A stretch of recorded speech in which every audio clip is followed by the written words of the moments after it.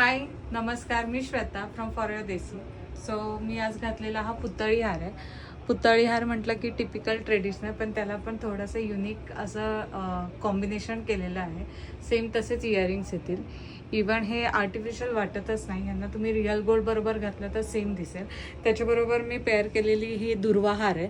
दुर्वा हार ही एकदम ट्रेडिशनल टिपिकल पद्धतीने बनवलेला आहे. आणि मंगळसूत्र आहे, त्याला आपण चंद्रकोरचं पेंडंट टाकलेलं आहे. सो एक छान असं कॉम्बिनेशन आपण केलेलं आहे. सेम तसेच नेकलेसमध्ये छोटे छोट्या पॅटर्नमध्ये आपल्याकडे भरपूर अशा व्हरायटी आहेत. हा इनविजिबलवाला सेट आहे.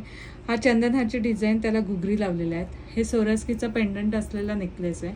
हे तांदूळ मोत्यांमध्ये आपण नेकलेस बनवलेला आहे. हा एलिफंट डिझाईनमध्ये आहे.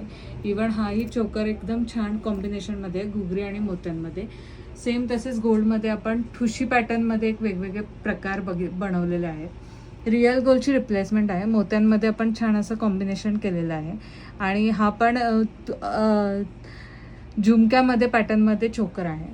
हे सगळे सिम्पल सोबर क्लासी लुकवाले सेट आहेत.